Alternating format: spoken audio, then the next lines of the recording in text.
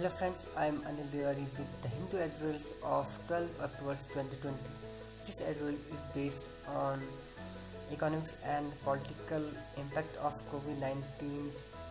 In this editorial, we also study about the different impact of Spanish flu and COVID-19. This editorial is very important to the aspirant of civil service and other persons who are preparing for the other competitive examinations. If you want to watch my previous video, please go to YouTube and search The Hindu Observer by Anil Devari. So let's begin. Pandemics and collective consciousness. Pandemics एक word यहाँ पे है pandemics means होता है महामारियाँ, जैसे कोविड-19 जो भी चल रहा है पूरे वर्ल्ड में, और स्पेनिश फ्लू जो 1918 और 1920 में जिसने काफ़ी जिसने कई लोगों को अपनी चपेट में लिया था। तो पैंडमिक्स एंड कलेक्टिव कॉन्शियसनेस यानी कि महामारियाँ और सामूहिक चेतना कि हम लोग इन महामारियों इन एपिडेमिक्स को लेकर कितने अवेयर हैं, इसके बारे में हम इस आर्टिकल में पढ़ेंगे। कोविड-19 अनलाइक द स्पेनिश फ्लू में eventually be remember more for its economics and political impact.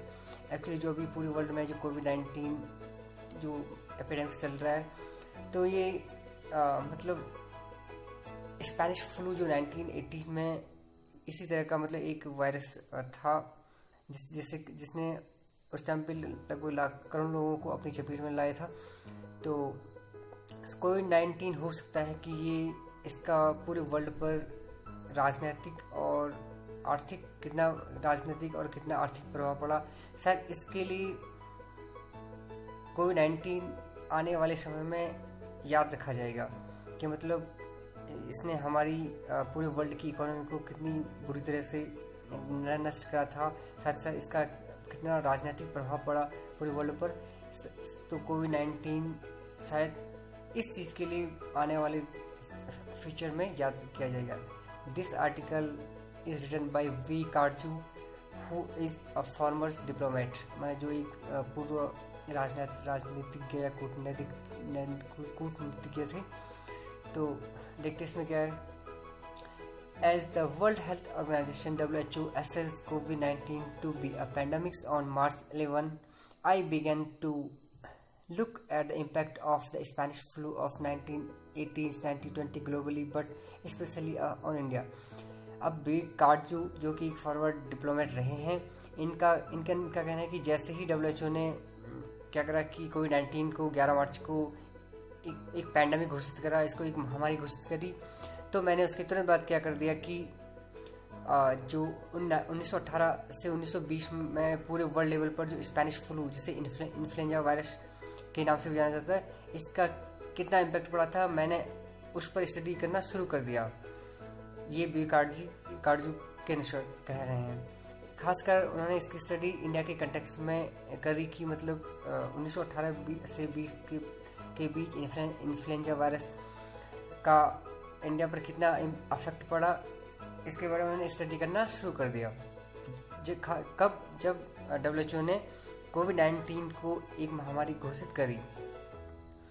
Like perhaps many other born in middle of the last century, I recall family members remembers that the disease had been widespread and mentioning the name of one or two persons who had died because of the influenza, the name they used for the pandemic.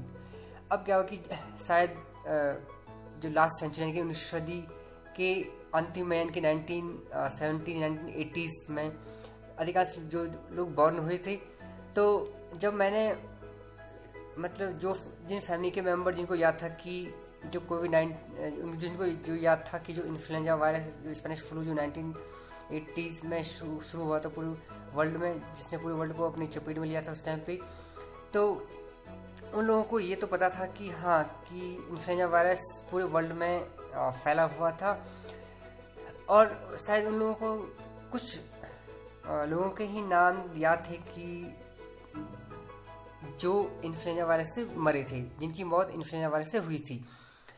तो यानी कि लेकिन उन लोगों को ज़्यादा नहीं लग रहा था कि ये इन्फ्लुएंजा वायरस से ज़्यादा लोगों की डेथ हुई, जबकि उससे बहुत ज़्यादा लोगों की मृत्यु हुई थी उस टाइम पे। कोविड-19 तो उसकी तुलना में कुछ भी नहीं है मतलब। तो एक्चुअली आपको पता है कि 1918 में जब फर्स्ट वर्ल्ड वार एंड हुआ था, तो 1918 में इन्फ्लुएंजा वायरस जो ऐसा माना जाता है कि इसका जो ओरिजिन माना जाता है अमेरिका की आर्मी मानी जाती है कि वहाँ से उनकी आर्मी से इंडिया में फैला था। तो उस टाइम पे इन्फ्लुएंजा वायरस से क्या हुआ था कि अमेरिका को ज़्यादा नुकसान नहीं हुआ था, मतलब ज़्यादा ह्यूमन लॉस नहीं हुई थी, लगभग 7 से 8 हज़ार लोगों की डेथ हुई थी अमेरिका में। लेकिन उस टाइम पे इंडिया में सबसे ज़्यादा डेथ आज तक जो मानी जाती है वो इन्फ्लुएंजा वायरस यानी कि या स्पेनिश फ्लू से मानी जाती है। लगभग इंडिया की लगभग 5 से 6% पॉपुलेशन इसकी चपेट में आ गई थी और इससे मर चुकी थी। लगभग 1 करोड़ 80 लाख के आसपास ऐसा माना जाता है कि 1 करोड़ 80 लाख लोगों की मौत हो गई थी केवल इंडिया में। तो स्पेनिश फ्लू से बहुत ज़्यादा मौतें हुई थी इंडिया में।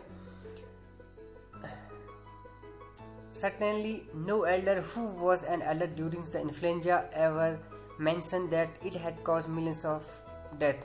अब बेबी कार्जू का कहना है कि निश्चित रूप से शायद कोई भी एल्डर जो उस इन्फ्लुएंजा वायरस के 1980s और 1920 के टाइम पे 1918-20 के टाइम पे एडल्ट होगा, तो उनको भी इतना याद नहीं है कि उन्हें भी नहीं लगता कि इन्फ्लुएंजा वायरस से लगभग लाखों लोगों की मौत हुई थी। Nor more significantly did any textbook of Indian history focus on the great influenza or mention the enormous numbers of people who had died when it struck India. और नहीं इंडियन हिस्ट्री की कोई ऐसी बुक है जिसने influenza virus का जो impact प्रभाव जो पड़ा इंडिया पर उसको मेंशन करा। कोई भी इसको इंडियन हिस्ट्री की कोई भी ऐसी टेक्स्ट बुक नहीं है जिसमें इन्फ्लुएंजा वायरस का जिक्र करा गया। और साथ ही साथ ऐसा भी मतलब मेंशन नहीं किया गया कि जैसे एक वर्ड यहाँ पे आता है स्ट्राइक मीन्स होता है टू अटैक। जैसे इन्फ्लुएंजा वायरस ने इंडिया को भी अपनी चपेट में लिया, तो ऐसा मेंशन कहीं नहीं है कि इससे इंडिया में लगभग 1 करोड़ 80 लाख लोग मर गए थे। ऐसा भी हमें कहीं बुकों में देखने को भी नहीं मिलता है।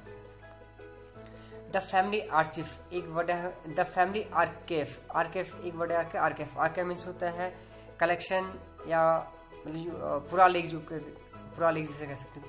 तो कभी क्या होता है कई मतलब फैमिली में क्या होता है कि उनकी पुराने कलेक्शन होते हैं, कुछ लोगों की बहुत पुरानी डायरियाँ होती है, फोटोग्राफ्स होते हैं, तो उसे बोलते हैं आर्केफ। So my search for materials on the great influenza took me to an unpublished autobiography of Kailash Nath Karju, my grandfather.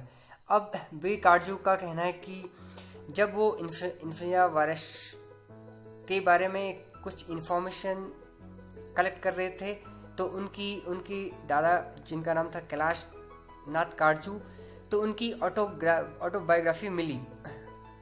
तो हालांकि वो पब्लिश नहीं हुई थी, लेकिन उनके घर में पड़ी थी उनके दादा की ऑटोबायोग्राफी यानी कैलाश नाथ कार्जू की। तो उन्होंने उस ऑटोग्राफी में इन्फ्लुएंजा वायरस के इम्पैक्ट के बारे में पढ़ा। He was 31 in 1918 and had started to lay the foundation of a large law practice in the Allahabad High Court and also take part in public life. अब क्या होता है कि बी कार्जू का कहना है कि उनके दादा जिनका नाम कैलाश नाथ कार्जू था, वो 1918 में 31 साल के थे।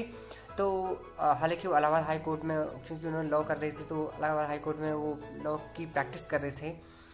तो साथ ही साथ वो पब्लिक इवेंट में भी पार्टिसिपेट करते थे। तो among pages devoted to family affairs in that period's prominent public event and Congress sessions that he had attended, I came across one paragraph on the influenza. अब बी कार्जू ने कहा के अनुसार जब वो अपने दादा की जो ऑटोबायोग्राफी थी जब उसे पढ़ रहे थे, तो उसमें उन्हें उनके फैमिली अफेयर्स, उनके जो फैमिली के जो इवेंट है उसके साथ साथ उन मतलब जो प्रोमिनेंट जो पब्लिक इवेंट थी, काफ़ी फेमस पब्लिक इवेंट थी, और उनके दादा द्वारा जो कांग्रेस शासन अटेंड करी गई उनका जिक्र भी उस ऑटोबायोग्राफी में मिला। इसके साथ साथ उन्होंने कुछ पेज में इन्फ्लुएंजा वायरस का भी जिक्र उनके दादा द्वारा किया गया था। तो उसमें क्या लिखा था उनके दादा ने, जस्ट इन्फ्लुएंजा वायरस के बारे में, just as we were living राव a place near Indore in Madhya Pradesh grandmothers and he returned to Allahabad in autumn of 1918 after spending a few months in Rao। अब वे काटजू के दादा ने जब इन्फ्लुएंजा वायरस को कैसे एक्सप्लेन किया, उन्होंने कहा कि जैसे वो लोग, मतलब उसके दादा, राव एक जगह है इंदौर जो कि मध्य प्रदेश में है, तो राव मध्य प्रदेश इंदौर में एक जगह है राव। तो जब उसके दादा और उसकी दादी राव से वापस इलाहाबाद लौट रहे थे लगभग 1980 में ऑटम के टाइम पे, ऑटम मीन्स होता है शरद ऋतु, जब पतझड़ होता है, जब पेड़ों से पत्ते गिर जाते हैं। तो उनके दादा और उनकी जो दादी है वो 1918 में जब राव जो कि एक प्लेस है इंदौर में, वहाँ से जब वो इलाहाबाद लौट रहे थे, तो हालांकि राव में कुछ महीने वो उन्होंने बिताए थे। तो उस टाइम पे क्या हुआ था कि the great influenza epidemics of 1918 began to affect India, कि जो इन्फ्लुएंजा महामारी थी उसने इंडिया को भी अपनी चपेट में लेना शुरू कर दिया था। हालांकि पूरे वर्ल्ड को उससे पहले ले गया था 1980s के टाइम पे, तो पूरे इंडिया को भी 1918 में इन्फ्लुएंजा वायरस यानी कि स्पेनिश फ्लू अपनी चपेट में ले चुका था। It was a veritable scourge in 6 weeks it was estimated 6 million people died of it। अब वीर काटजू के दादा जो कैलाशनाथ काटजू थे, उन्होंने कहा कि जो ये इन्फ्लुएंजा एपिडेमिक्स था, जो इन्फ्लुएंजा महामारी थी, ये वास्तव में एक वर्ड यहाँ पे अर्थ है वेरिटेबल्स होता है इन रियल, और या यू कैन से इंडीड, सचमुच, वास्तव में, और स्करेज मीन्स होता है अभिशाप। तो उनके दादा ने लिखा था कि वास्तव में जो इन्फ्लुएंजा एपिडेमिक्स था, ये वास्तव में हमारे लिए सच में एक अभिशाप था, रियल में एक अभिशाप था। क्योंकि 6 हफ्ते में क्या हुआ कि लगभग इंडिया में लगभग 6 मिलियन लोगों की, यानी 60 लाख लोगों की मौत हो गई थी सिर्फ 6 हफ्ते में। यानी कि एवरेज देखा जाए तो हम एक हफ्ते में 10 लाख लोगों की डेथ हो गई थी। तो यानी 6 हफ्ते में इंडिया में लगभग 60 लाख लोगों की मौत हो गई थी इन्फ्लुएंजा वायरस से। It made no distinctions between rich and poor, prince and peasant, man and women। हालांकि इन्फ्लुएंजा वायरस ने अमीर और गरीब में, या प्रिंस और पीजेंट में, इनकी राजकुमार और जो पीजेंट किसान में, मेन और वुमेन में कोई अंतर नहीं कराया। यानी कि ये सब लोगों को बिना किसी भेदभाव के, बिना डिस्क्रिमिनेशन के अपनी चपेट में ले रहा था। इन्फ्लुएंजा वायरस 1918 में it swept the whole country like wildfire and the number of person who suffered from the disease must have exceeded crores। अब क्या हुआ कि इसने ये पूरे कंट्री की, मैंने इंडिया की कंट्री से बात कर रहा है, तो पूरे देश के लोगों को ऐसे अपने चपेट में ले रहा था कि जैसे कि जो विल्ड फायर होती है, जब जंगल में आग लगती है, तो वो जब जंगल में आग लगती है तो बिल्कुल एक साथ बहुत कम समय में पूरा जंगल तहस नहस हो जाता है, जलकर राख हो जाता है। इसी प्रकार इन्फ्लुएंजा वायरस 1918 में इंडिया में ऐसा फैला कि मतलब जैसे जंगल की आग हो, मतलब। और जिस तरह से ये लोगों को अपनी चपेट में ले गया था, जिस तरह से इन्फ्लुएंजा वायरस से लोगों की डेथ हो रही थी इंडिया में, तो उससे ऐसा लग रहा था कि जो इसकी जो संख्या है आने वाले समय में मरने वाले की संख्या वो करोड़ों तक जा सकती है। By the mercy of God, while all around there were any numbers of cases, none in our household at 15 Albert Road suffered from it। हालांकि वीर काटजू की दादा जो कैलाशनाथ काटजू का कहना है कि भगवान की दया से, मैंने जबकि पूरे इंडिया में ये केसेस आ रहे थे इन्फ्लुएंजा वायरस के, लेकिन हमारे घर में जो कि एक जगह है 15 अल्बर्ट रोड, मतलब यूपी में, तो वहाँ पे इनकी फैमिली के किसी मेंबर को इसने अपने चपेट में नहीं लिया। तो वीर काटजू का मानना, मैंने उनके दादा का मानना था कि ये भगवान की दया थी, कि भगवान की दुआ थी कि उनकी परिवार के मेंबर इसके चपेट में नहीं आए। It was a great blessing. उनकी दादा यानी बीट काटजू की दादा यानी कैलाशनाथ काटजू के अनुसार ये एक बहुत बड़ी ब्लेसिंग थी, उन गॉड की बहुत बड़ी कृपा थी उनके ऊपर। ओवरशैडो बाय इवेंट, यानी कि अब कई इवेंट ऐसे हुए कि कई इवेंट उस टाइम पे ऐसे हुए कि जिससे जो इन्फ्लुएंजा वायरस का जो प्रभाव था शायद उस पर ज़्यादा फोकस नहीं करा, मतलब वो कहीं ना कहीं पीछे दब गया था इन्फ्लुएंजा वायरस का प्रभाव। तो grandfathers had began the autobiography when he was in Naini jail in 1942 for participating in the Quit India movement। अब आपको पता है कि 1942 में क्विट इंडिया मूवमेंट हुआ था गांधी जी के नेतृत्व में, उनकी लीडरशिप में। तो बी काटजू का कहना है कि उनके दादा यानी कैलाशनाथ काटजू ने जो अपनी ऑटोबायोग्राफी जो लिखनी शुरू करी थी, जब वो जेल में थे, नैनी जेल में, तब उन्होंने जेल में बैठकर अपनी ऑटोबायोग्राफी लिखी। तो वो जेल क्यों गई? क्योंकि उन्होंने भी गांधी के नेतृत्व में जो भारत छोड़ो आंदोलन हो रहा था, क्विट इंडिया मूवमेंट, उसमें 1942 में, तो उसमें उन्होंने पार्टिसिपेट करा।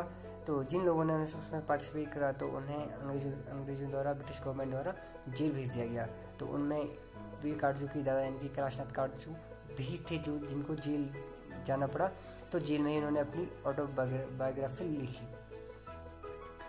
Clearly what he wrote about the great influenza was from memory. तो निश्चित रूप से जब वो अपनी ऑटोबायोग्राफी लिख रहे थे तो उनकी याददाश्त में इन्फ्लुएंजा वायरस के प्रभाव जितना भी पड़ा था उसी को उन्होंने अपनी डायरी में नोट लिखा।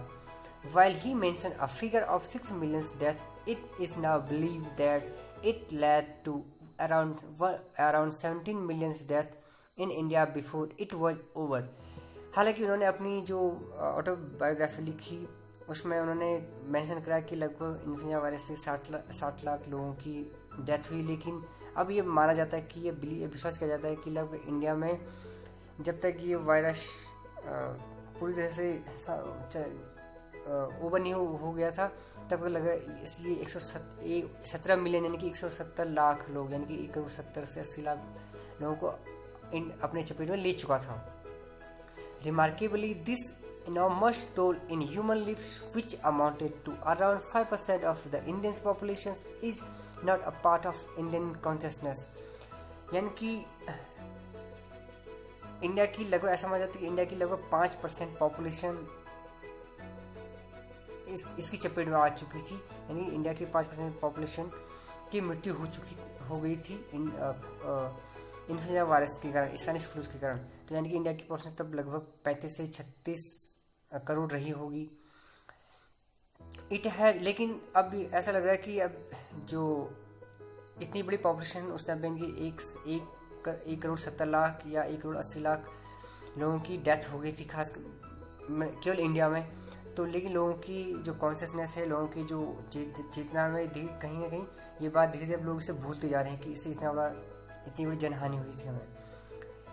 It had sunk almost without a trace amid the events around the anti-Rowlatt Act agitation, the massacre of Jallianwala Bagh and the non-cooperation movement। अब क्या हुआ कि उस टाइम पे कुछ इवेंट हुई थी जैसे कि रॉलेट एक्ट और जब जलियांवाला बाग हत्याकांड हुआ था और नॉन कॉपरेशन मूवमेंट हुआ था, असहयोग आंदोलन। तो इन आंदोलनों के कारण, इन इवेंट्स के कारण क्या हुआ कि जो इन्फ्लुएंजा वायरस का इतना बड़ा प्रभाव इंडिया में जो पड़ रहा था वो कहीं ना कहीं पीछे रह जाता था।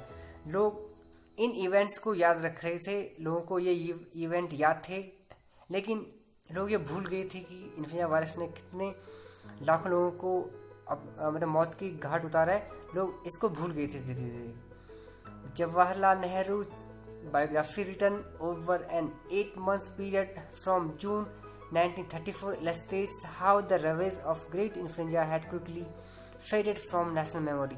अब नेहरू जी की जब बायोग्राफी लिखी थी लगभग जून 1934 से ये लिखनी शुरू करी तो लगभग उसके 8 महीने तक बायोग्राफी लिखी उन्होंने। तो कैसे, तो जवाहरलाल नेहरू ने अपनी बायोग्राफी में खुद एक्सप्लेन करा है कि कैसे जो हमारी जो नेशनल मेमोरी है, जो भारतीयों के दिमाग में, उनकी जो कॉन्शियसनेस में जो इन्फ्लुएंजा वायरस का जो इन्फ्लुएंजा वायरस से जो नुकसान हुआ था, तो वो कैसे फीड हो गई थी, कैसे वो धीरे धीरे फीकी पड़ती जा रही थी। मतलब लोग कैसे उन्होंने, नेहरू ने सब अपनी बायोग्राफी में बताया कि कैसे लोग इन्फ्लुएंजा वायरस के प्रभाव को भूलते जा रहे थे उस टाइम पे, क्योंकि कई ऐसे इवेंट जैसे रॉलेट एक्ट हो गया, रॉलेट एक्ट, जलियांवाला बाग हत्याकांड हो गया, आपका असहयोग आंदोलन हो गया था। लोगों को ये इस तरह के इवेंट याद थे, लेकिन इन्फ्लुएंजा वायरस से कितने लोगों को इन्फ्लुएंजा वायरस ने कितने लोगों को मौत के घाट उतारा, लोग ये भूल गए थे। उनके दिमाग में ये कॉन्सेंस धीरे धीरे कम हो रहा था। Nehru devotes a chapter to the suppressed excitement, unrest and expectations in different sections of the Indian people at the end of the Cold War। हालांकि नेहरू ने अपने एक चैप्टर में, जिसका मतलब सप्रेस्ड एक्साइटमेंट, कैसे कि जो एक्साइटमेंट था लोगों में, कैसे जो उत्साह था वो सप्रेस हो रहा था, उसे दबाया जा रहा था। मतलब अलग क्षेत्रों में क्या था कि अनरेस्ट, हर जगह अनरेस्ट थी, अफरा तफरी थी।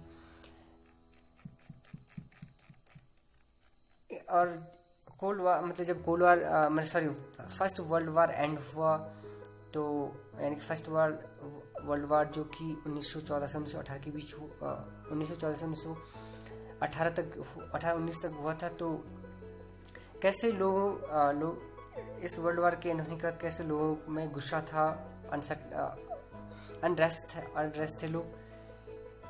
He placed these as the background for the resentment and anger caused by the roller bills, but entirely ignores the influenza humans stole and consequent popular emotions that may have resulted from the colonial government's inability to provide succors to the people।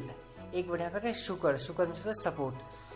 अब कैसे मतलब नेहरू का कहना है कि कैसे जैसे Rowlatt bills था, जिसमें क्या था कि लोगों को बिना वारंट के, उनकी बिना किसी कारण के उनको पकड़ के जेल भेजा जा रहा था। तो इसके कारण कैसे लोगों में क्या हुआ कि जैसे रॉलेट बिल हो गया, असहयोग आंदोलन हो गया, जलियांवाला बाग हत्याकांड हो गया, तो कैसे लोगों में इन आंदोलन के इनके प्रति, इन इवेंट्स के प्रति लोगों में गुस्सा था, रिसेंटमेंट था, काफ़ी निराशा भी थी लोगों में। तो जिससे क्या हुआ कि लोग इन्फ्लुएंजा वायरस की प्रभाव का कितना प्रभाव पड़ा इंडिया में, उसको भूल गए थे। और फिर साथ साथ लोगों को लगा कि कहीं ना कहीं जो ब्रिटिश गवर्नमेंट है, जो कॉलोनियल गवर्नमेंट थी, वो कैसे इस पैंडेमिक्स के टाइम पर, इस महामारी के टाइम पर वो लोगों को सपोर्ट नहीं कर पाई। क्योंकि जब 1918 में, क्योंकि इन्फ्लुएंजा वायरस का प्रकोप चल रहा था पूरे वर्ल्ड में, इंडिया में बहुत ज़्यादा लोगों को अपनी चपेट में ले चुका था। तो लोगों को ब्रिटिश गवर्नमेंट के प्रति बहुत गुस्सा था, बहुत आक्रोश था ब्रिटिश गवर्नमेंट के प्रति। और उसका कारण था कि उन्हें लगता था कि जो ब्रिटिश गवर्नमेंट है, ये इस इन्फ्लुएंजा वायरस से हम मतलब भारतीयों को बचा नहीं पाई। तो काफ़ी एंगर था ब्रिटिश गवर्नमेंट के प्रति।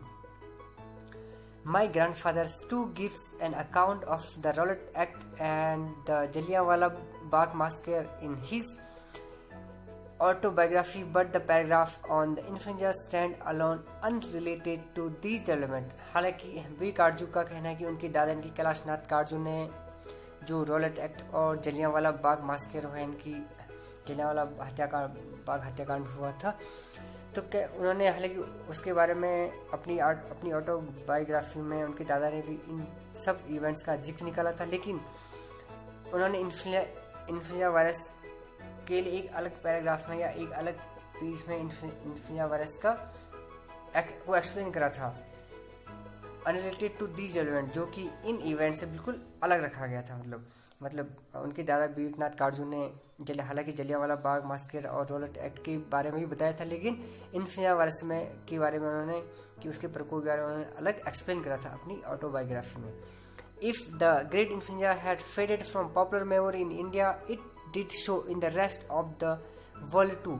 अब बी कारजू का कहना है कि यदि जो ग्रेट जो इन्फ्लुएंजा वायरस था, जिसने लगभग इंडिया के 18 मिलियन लोगों को अपनी चपेट में ले चुका था, मतलब 180 लाख लोगों की मृत्यु हुई थी इंडिया में। इतनी बड़ी संख्या में भारतीयों मैंने इंडियंस की मृत्यु होने के बाद भी लोगों की मेमोरी से ये इन्फ्लुएंजा वायरस का मतलब जिक्र चला गया है लोगों के दिमाग से।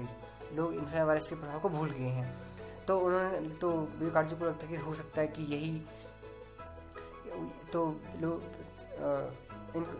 विवेक आर्जू को लगता है कि शायद इसी जब इंडिया ही इसको भूल गई या इंडियंस इसे भूल गए, तो ऐसा हो सकता है कि पूरा वर्ल्ड भी इन्फ्लुएंजा वायरस के प्रभाव को भूल चुकी होगी।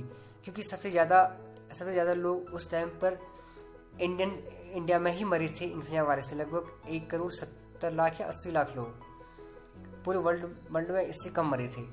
तो जब इतनी बड़ी संख्या में इंडिया में लोगों की मृत्यु होने के बाद भी अगर लोग भूल गए, तो हो सकता है पूरे बाकी वर्ल्ड के लोग भी विश्व के लोग भी भूल गए होंगे इसे।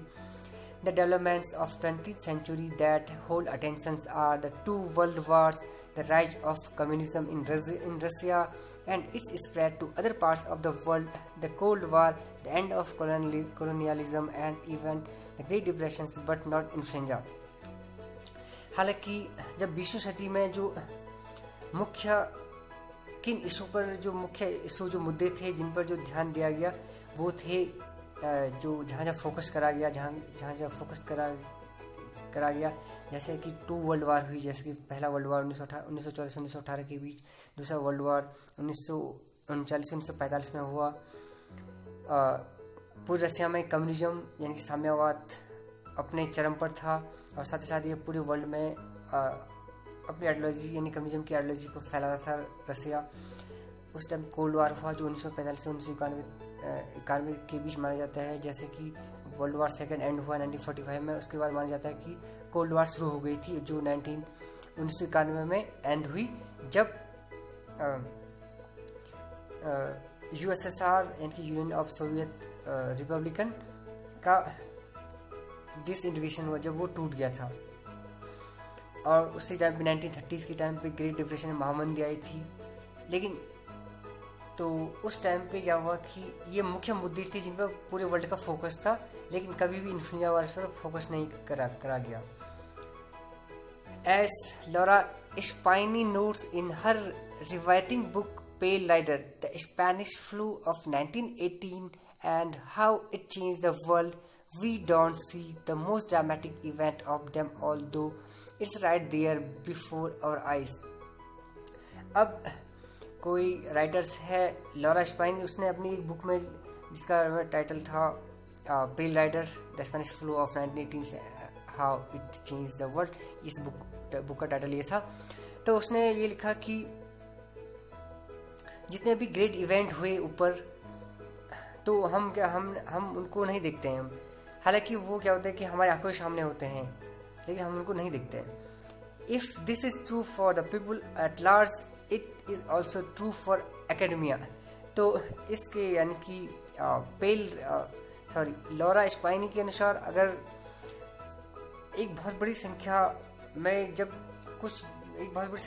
के लोगों को जब कुछ चीज़ ट्रू लगती है, सच लगती है, तो हमारी जो एकेडमिक्स होती है उसको भी वो चीज़ सही लगती है। कि मतलब एकेडमिक्स का मानना है कि अगर एक बहुत बड़ी संख्या में लोग किसी इशू को, किसी चीज़ को अगर सच मानते हैं, तो हमारे एकेडमिक्स भी क्या करता है कि उसको सच मानता है। The great influenza interested only epidemiologist and medical historians. अब जो इन्फ्लुएंजा वायरस था उसमें सिर्फ उसकी स्टडी सिर्फ उसकी स्टडी करने में सिर्फ कौन इंटरेस्ट ले रहे थे, जो एपिडेमियोलॉजिस्ट होते हैं, जो मतलब महामारी के जो एक्सपर्ट होते हैं, जो महामारी पर रिसर्च करते हैं, और जो मेडिकल हिस्टोरियन होते हैं, जो मतलब मेडिकल्स के क्षेत्र में जो हिस्ट्री, मेडिकल के क्षेत्र का जो इतिहास होता है उसको स्टडी करते हैं, सिर्फ उन्होंने ही इन्फ्लुएंजा वायरस में इंटरेस्ट लिया। It was from the 1990s the expert from other disciplines started to seriously study। हालांकि ये लगभग 1990 के बाद ऐसा हुआ कि अन्य डिसिप्लिन यानी कि अन्य जो क्षेत्र, अन्य फील्ड के जो लोग, अन्य सब्जेक्ट के लोग, अन्य विषय के लोग चाहे वो सोशोलॉजिस्ट हो, चाहे वो पॉलिटिक्स के फील्ड वाले लोग हो, चाहे वो अन्य एक्सपर्ट हो, चाहे वो बायोलॉजिस्ट हो। 1990 के बाद ऐसा हुआ कि इन्होंने इस इन्फ्लुएंजा वायरस पर स्टडी करी और इसकी स्टडी को सीरियसली लिया। Some epidemics do become a part of the historical consciousness of a region, such as Black Death, which devastated Europe in 14th century। हालांकि कुछ एपिडेमिक्स यानी कुछ महामारियां जो किसी क्षेत्र की जो हिस्टोरिकल कॉन्शियसनेस होता है, उस क्षेत्र की जो ऐतिहासिक जो चेतना होती है उसका हिस्सा रही है। इसका एक एग्जाम्पल है ब्लैक डेथ, जिसने कि 14वीं सदी में पूरे यूरोप को अपनी चपेट में लिया था, अपनी चपेट में ले लिया था। It made a lasting impact on waste European society. हालांकि उसके बाद इसके अपने अंत तक इस ब्लैक डेथ ने यूरोपियन सोसाइटी को भी, मतलब वेस्ट यूरोपियन सोसाइटी को भी अपनी चपेट में लिया था। Now some social scientists have begun to assert that the influenza also impacted decisively in many ways on the last century, including in creating conditions in the Indian subcontinent that led to disenchantment with British rule।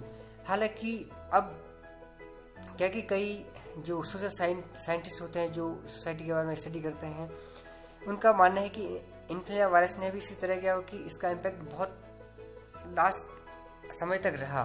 मतलब influenza virus का जो impact था वो बहुत लंबे समय तक देखने को मिला। शायद यही हो सकता है, यही कारण हो कि इन्फ्लुएंजा वायरस का प्रभाव के कारण लोगों में ब्रिटिश गवर्नमेंट के प्रति जो उनका डिसएंचमेंट था, जो उनका गुस्सा था ब्रिटिश गवर्नमेंट के प्रति, उनका जो एंगर था, तो कहीं ना कहीं इन्फ्लुएंजा वायरस का प्रभाव भी इसके लिए जिम्मेदार था। यानी कि हम ये कह सकते हैं कि इन्फ्लुएंजा वायरस के प्रभाव के कारण भी लोगों में ब्रिटिश रूल के प्रति एक आक्रोश था, एक गुस्सा था। Hence contributing to its end। अतः मतलब इसके लास्ट तक मतलब इन्फ्लुएंजा वायरस ने भी कहीं ना कहीं हम ये कह सकते हैं कि ब्रिटिश गवर्नमेंट के समाप्ति के एंड होने का कहीं ना कहीं इन्फ्लुएंजा वायरस का प्रभाव भी इसके लिए जिम्मेदार हो सकता है। These claims still need to be thought through by historians though।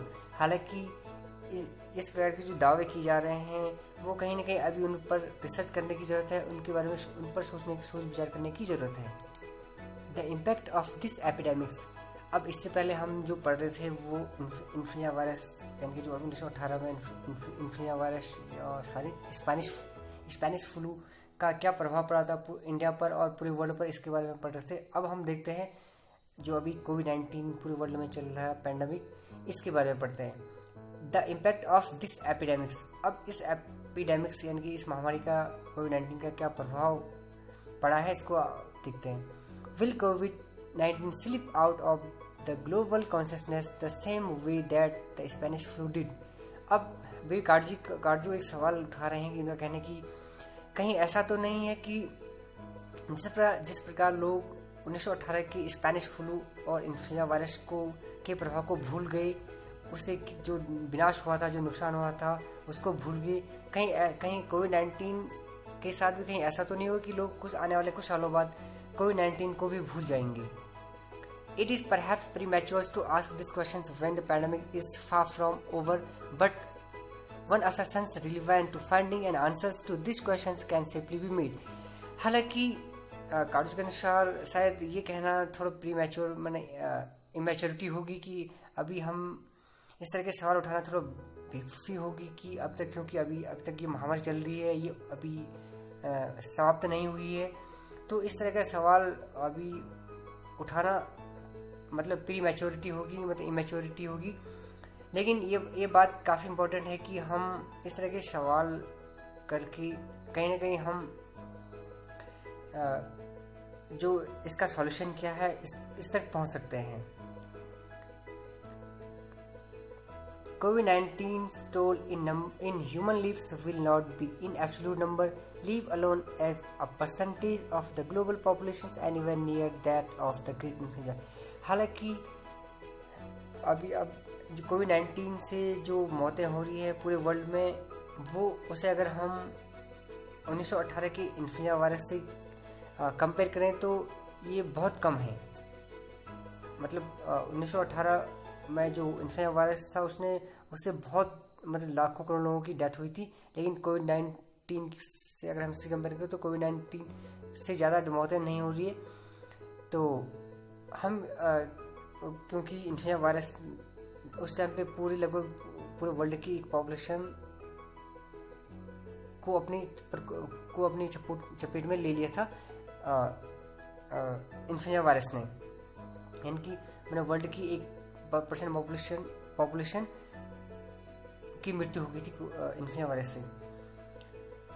Hence, it may eventually be remembered more for its economics and political impact than the death on its account substantial, though they have been till now and will tragically only increase.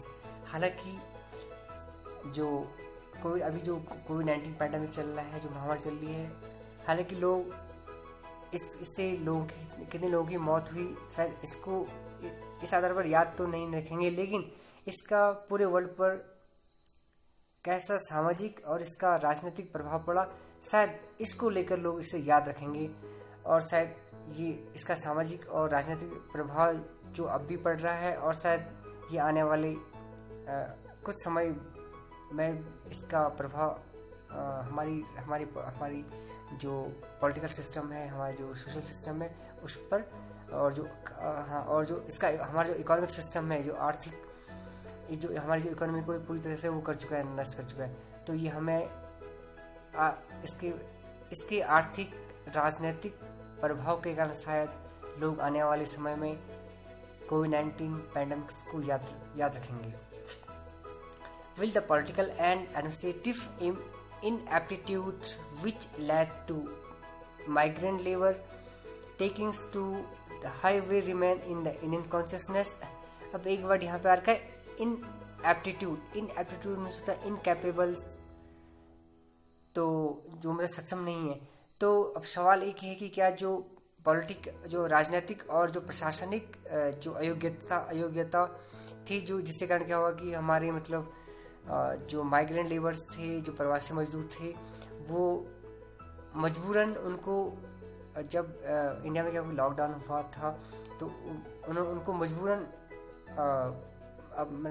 Highway पर पैदल चलना पड़ा। कई लोग, आपको पता है कि लॉकडाउन में कई लोग बेरोजगार हो गए थे, उनकी नौकरियां छिन गई थी क्योंकि लॉकडाउन हो चुका था, इकोनॉमी पूरी डूब चुकी थी।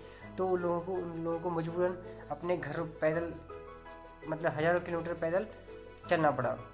तो शायद हो सकता है कि ये, तो सवाल है कि क्या इन मजदूरों की जो ये पैदल चल रहे थे, इन मजदूरों की जो इस तरह की जो बातें थी, क्या ये वास्तव में आने वाले समय में हमारे जो इंडियन कॉन्शियसनेस में, जो भारतीय चेतना में कहीं ये बनी रहेगी, या ये लोग इसे भी भूल जाएंगे? क्योंकि ऐसा माना जाता है कि कहीं ना कहीं हमारा जो सोशल सिस्टम है, जो एडमिनिस्ट्रेटिव सिस्टम है, हमारा जो पॉलिटिकल सिस्टम है, कहीं ना कहीं वो मजदूरों की इस तरह की समस्या को लॉकडाउन के दौरान सॉल्व करने में सक्षम नहीं रहा, जिसके कारण लोगों को मजबूरन क्योंकि वो बेरोजगारी, उनकी नौकरियां छिन गई थी, तो उन्हें मजबूरन मतलब पैदल सड़कों पर पैदल चलकर कई हजारों किलोमीटर तक अपने घर पहुंचे वो कई दिनों में। तो शायद सवाल ये है कि क्या इंडियंस जो भारतीय जन जो चेतना है, क्या वो इन मजदूरों के इस मजबूरी को भी याद रखेंगे, या कुछ ना वैसे भूल जाएंगे? Only time will tell. लेकिन अब देखना है कि समय ही बताएगा कि लोग इसे याद रखेंगे या भूल जाएंगे। As of now, the country seems to have moved on from the issue, but those who have suffered will not easily forget their trek.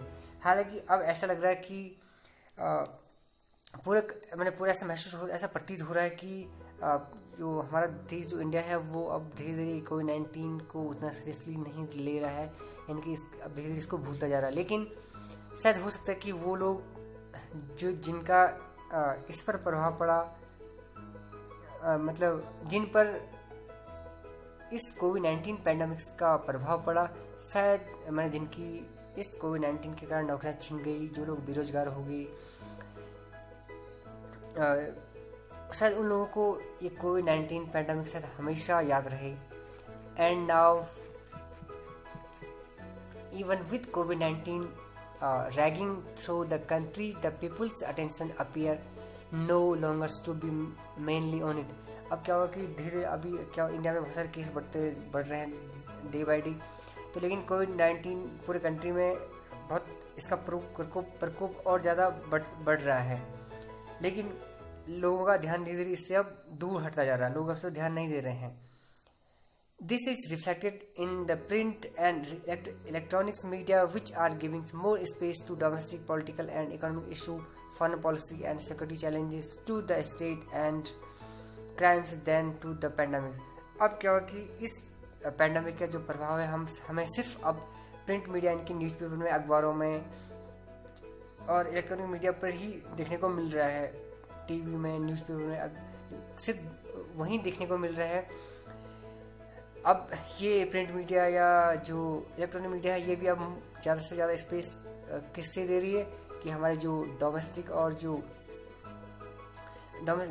Political और इकोनॉमिक इशू हैं, हमारे जो घरेलू राजनीतिक और जो आर्थिक इशू मुद्दे हैं, उन पर ज़्यादा फोकस कर रही है। हमारी जो फॉरेन पॉलिसी, जो विदेश नीति और जो हमारे देश के सामने जो सिक्योरिटी को लेकर जो चैलेंजेस हैं, जो चुनौतियाँ हैं, उन पर फोकस किया जा रहा है। और साथ ही साथ जो क्राइम हो रहे हैं इंडिया में, उस पर फोकस किया जा रहा है, इस बजाय कि इस महामारी पर। तो यानी कि अब कुल मिलाकर ये हमें सिर्फ कोविड-19 का प्रभाव सिर्फ हमें थोड़ा बहुत जो देखने को मिला, वो हमें सिर्फ न्यूज़पेपर या अखबारों में देखने को मिल रहा है। वो न्यूज़पेपर या जो ये इलेक्ट्रॉनिक मीडिया है, ये भी अब ज़्यादा फोकस जो हमारे डोमेस्टिक पॉलिटिकल इशू हैं, डोमेस्टिक इकोनॉमिक इशू हैं, या जो नेशनल सिक्योरिटी वाले इशू हैं, क्राइम वाले इशू हैं, इन पर ज़्यादा फोकस कर रही है, बजाय कि इस महामारी के। Virus in America. अब अमेरिका में आपको पता है कि अभी सबसे ज़्यादा कोविड-19 पैंडमिक से सबसे ज़्यादा जो प्रभावित जो देश हुआ वह है अमेरिका। तो अमेरिका में क्या प्रभाव पड़ा इसका? Ironically The world's preeminent country, the United States, has suffered the largest numbers of recorded infections and death because of COVID-19। एक वर्ड यहाँ पे क्या आरखा आयरनिकली अफसोस। लेकिन अफसोस इस बात है कि जो वर्ल्ड की जो काफ़ी जो मतलब जो समृद्ध जो देश माना जाता है पूरे वर्ल्ड का, जो पावरफुल और सबसे जो डेवलप कंट्री मानी जाती है, यानी कि अमेरिका, वो इस वायरस से कोविड-19 से सबसे की चपेट में सबसे ज़्यादा लोग उसी के आए, और सबसे ज़्यादा मौतें इस वायरस के कारण अमेरिका में ही हुई। अब तक सबसे ज़्यादा केसेस अमेरिका में ही आए कोविड-19 के, और सबसे ज़्यादा लोगों की जो डेथ हुई वो अमेरिका में हुई थी। इसके बावजूद कि अमेरिका वर्ल्ड का सबसे समृद्ध और सबसे पावरफुल और सबसे विकसित देश होने के बाद भी। The manner in which US President Donald Trump had handled the pandemic is a major election issue, but some polls even there have suggested that the state of the US economy is being accorded higher priority by many voters। लेकिन अब क्या है कि Donald Trump जो America के president है, अभी present time पे, हालांकि अगले महीने वहाँ पे चुनाव होने वाले हैं, तो जिस तरह से डोनाल्ड ट्रम्प ने इस पैंडमिक को, इस महामारी को हैंडल करा, वो शायद एक अगले महीने जो 3 नवंबर को वहाँ पे राष्ट्रपति के चुनाव हैं, तो कहीं ना कहीं एक इलेक्शन का मुद्दा बन सकता है। लेकिन पोल ये सजेस्ट कर रहे हैं, कई जो एग्जिट पोल होते हैं वो ये मान रहे हैं कि यूएस के जो वोटर हैं वो वहाँ की इकोनॉमी यानी कि वहाँ की अर्थव्यवस्था पर फोकस करेंगे, न कि इस बात पर फोकस करेंगे कि Donald Trump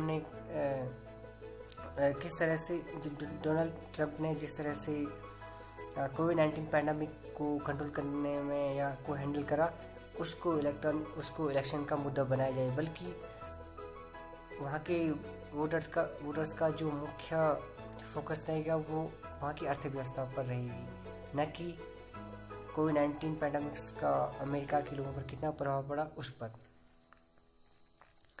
That many now change with Mr. Trump and his wife Melania catching the virus. लेकिन हो सकता है कि अभी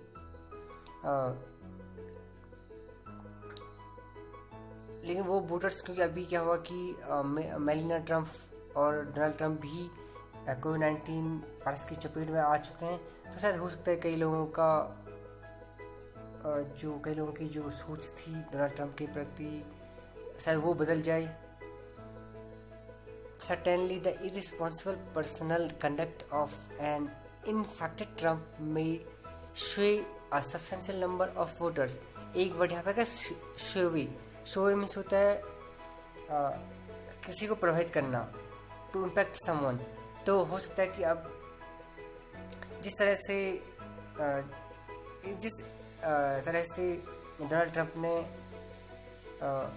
इन्फ्लुएंजा वायरस को जब डोनाल्ड ट्रंप ने कोविड-19 पैंडमिक को डील करा, उस तरह से ऐसा लग रहा है कि शायद इसका अमेरिका के वोटर्स पर बहुत ज़्यादा प्रभाव पड़ेगा।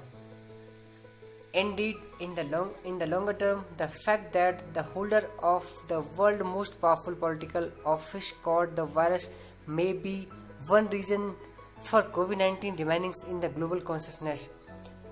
लेकिन सचमुच में क्या है कि अगर हम लंबे टर्म तक देखें तो मतलब एक फैक्ट ये है कि आपको पता है कि सबसे वर्ल्ड का सबसे जो पावरफुल पॉलिटिकल जो ऑफिस है वो माना जाता है अमेरिका के प्रेसिडेंट का, यानी कि अमेरिका का जो प्रेसिडेंट जो माना जाता है वो वर्ल्ड का सबसे पावरफुल लीडर माना जाता है। तो जिस ऑफिस यानी कि प्रेसिडेंट का जो ऑफिस है वो सबसे पावरफुल ऑफिस माना जाता है अमेरिका का, मतलब पूरे वर्ल्ड में अगर सबसे पावरफुल जो लीडर माना जाता है वो माना जाता है अमेरिका के प्रेसिडेंट को। तो हो सकता है कि कोविड-19 ने अमेरिका के प्रेसिडेंट जो कि पूरे वर्ल्ड का सबसे पावरफुल लीडर माना जाता है उसको भी अपनी चपेट में लिया, उसको भी नहीं छोड़ा। तो हो सकता है कि कोविड-19 इस चक्कर में लोगों के पूरे वर्ल्ड की चेतना में, कॉन्शियसनेस में ये रहे कि हाँ कभी आने वाले कुछ सालों बाद ये आने वाले 50 सालों बाद या 25 सालों बाद लोग ये सोचें कि हाँ कि कोविड-19 से वर्ल्ड का सबसे पावरफुल लीडर यानी कि अमेरिकन प्रेसिडेंट भी संक्रमित हुआ था। तो हो सकता है तब कोविड-19 इसी कारण याद रखा जाए। History records the fate of leaders in battles won and lost, not the countless unknown who perish in it, that sad fact. लेकिन हिस्ट्री हमेशा क्या करती है कि जो लीडर्स जो बैटल्स ग्राउंड में जो जीतते हैं ये तो हारते हैं, उनको ही क्या करती है, रिकॉर्ड करती है। यानी कि हमारा जो इतिहास है वो क्या करता है कि जो युद्ध स्थल होता है, जो बैटल ग्राउंड होता है, उसमें जो हारता है या जो जीतता है सिर्फ उसे ही याद रखती है, न कि उन काउंटलेस अननोन लोगों को, उन अनगिनत अज्ञात लोगों को। एक वर्ड यहाँ पे आया पैरिस्ट में होता है किल्ड या मर जाना। तो न कि उन लोगों को जो वो अज्ञात और असंख्य अज्ञात लोग जो इस पैंडेमिक से जिनकी मौतें हुई, जिनके लाखों लोग पूरे वर्ल्ड में मरे। तो हमारी हिस्ट्री उसे रिकॉर्ड नहीं करेगी कि कोविड-19 से इतने लाख लोगों की डेथ हुई, बल्कि हो सकती है हमारी हिस्ट्री कोविड-19 पैंडेमिक को इसलिए याद न रखे आने वाले टाइम में, इसलिए रिकॉर्ड न करे कि इससे पूरे वर्ल्ड की लाखों लोगों की डेथ हुई थी, बल्कि हो सकता है कि इसलिए कोविड-19 को रिकॉर्ड करे कि इसने पूरे वर्ल्ड का सबसे जो पावरफुल लीडर होता है यानी कि अमेरिका का प्रेसिडेंट, उसको भी अपने चपेट में लिया था, शायद इसलिए इसे याद किया जाए। This is a sad fact. सबसे अफसोस की बात यही है। Why did the great influenza not remain in the human consciousness? अब सवाल है कि जो 1918 का जो इन्फ्लुएंजा वायरस था, जो स्पेनिश फ्लू था, वो लोगों की कॉन्शियसनेस में, जो मानव चेतना है, वो उसमें क्यों नहीं रहा, क्यों लोग इन्फ्लुएंजा वायरस के प्रकोप को भूल गए थे। Perhaps because of the human instinct that life must carry on and painful memories of loss be thrust to the remote corners of the collective consciousness if not erased altogether. एक word यहाँ पे आएगा thrust. Thrust means होता है to harm something और to someone, मतलब कि नुकसान पहुँचाना या अटैक करना. तो अब हो इसका मतलब कि लोगों की कॉन्शियसनेस में इन्फ्लुएंजा वायरस क्यों याद नहीं रहा, कि लोग क्यों भूल गए. शायद उसका कारण एक ये हो सकता है कि हमेशा से क्या रहा है कि ह्यूमन का जो नेचर रहा है, जो इंस्टिंक्ट रही है, जो टेंडेंसी रही है, जो प्रवृत्ति रही है मानव की, वो एक लगता है कि मानव की यार लाइफ क्या है कि लाइफ को लगातार चलते रहना चाहिए. और जो पेनफुल मेमोरीज होती है हमारी लॉस की, जो चीज़ हम अपनी लाइफ में खोते हैं, जो चाहे वो हम कभी अपने अपनों को खो देते हैं, तो इस तरह की जो पेनफुल मेमोरीज होती है, हमारी जो यादें होती है, वो क्या करती है कि हमारा कलेक्टिव कॉन्शियसनेस होता है, तो उसको कहीं ना कहीं करता है, उसके रिमोट कॉर्नर को भी कहीं ना कहीं वो अटैक करता है, कहीं ना कहीं नुकसान पहुंचा सकता है. If not arrest all together, यानी कि अगर हम इन जो पेनफुल मेमोरीज होती है हमें जो लॉस की, किसी की खोने की, जो हमारी जो यादें होती है, जो बड़ी पेनफुल होती है, जो बड़ी दुखदायी होती है, अगर हम उनको रिमूव नहीं करते हैं, एरेज नहीं करते हैं, हटाते नहीं वहाँ से, तो वो क्या ऐसा माना जाता है कि वो कहीं ना कहीं हमारी जो कलेक्टिव कॉन्शियसनेस होता है, जो हमारा एक सामूहिक जो चेतना होती है, उसे कहीं ना कहीं नुकसान पहुंचा सकती है, हार्म पहुंचा सकती है. तो इसलिए लोग ये मानते हैं कि कभी कभी आपने देखा कि अगर हमारे साथ कुछ बुरा हो जाता है तो लोग हमें सहानुभूति देते हैं, एम्पैथी देते हैं कि इस जो हमारी जो पेनफुल मेमोरीज थी उसे भूल जाना ही अच्छा होता है. अगर हम लाइफ में आगे बढ़ना चाहते हैं, लाइफ में कुछ करना चाहते हैं, तो हमें अपनी जो पेनफुल मेमोरी, जो हमारे साथ बुरी घटनाएं होती है, उसे भूल जाना चाहिए या भूल जाना ही बेहतर माना जाता है. ये हमेशा से क्या रही है, मानव की टेंडेंसी रही है, मानव की प्रवृत्ति रही है. So would that happens to कोविड-19 टू, क्या ऐसा ही कहीं कोविड-19 पैंडेमिक के साथ भी होगा? अब ये देखना बाकी होगा. सो ये आर्टिकल जो लिखा गया था वो बी कार्ड जो कि मैंने कहा कि ये फॉरेन डिप्लोमेट हैं, मैंने पूर्व राजनीतिज्ञ या कूटनीतिज्ञ हैं. So this was the Hindi interpretations of this article which I have tried. I hope you will have enjoyed this articles. If you like this video, please comment, share and subscribe. Thank you.